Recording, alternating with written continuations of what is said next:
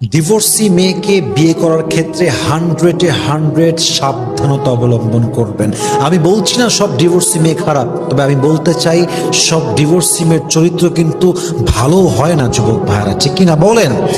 কিছু কিছু ডিভোর্সি মেয়ের গায়ে এত কলঙ্কের দাগ থাকে, জাস্ট ডিভোর্সের কলঙ্ক নয়, বরং এর চাইতে আরো জঘন্য অবৈধ কলঙ্কের দাগ থাকে, যে কলঙ্ক এরা লুকিয়ে চলে।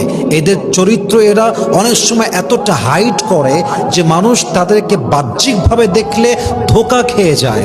অতএব আমি উইথ ডিউ রেসপেক্ট বলছি, সব ডিভোর্সি মেয়ে যেমন ভালো হয় না, সব ডিভোর্সি মেয়ে তেমন খারাপও হয় না। কিন্তু আপনি যখন ডিভোর্সি মেয়েকে ভালোবেসে মায়া করে বিয়ে করতে যাবেন, আমি নিষেধ করব না, তবে আপনি ধোঁকা যদি খেতে না চান 100 জাস্টিফাই করবেন।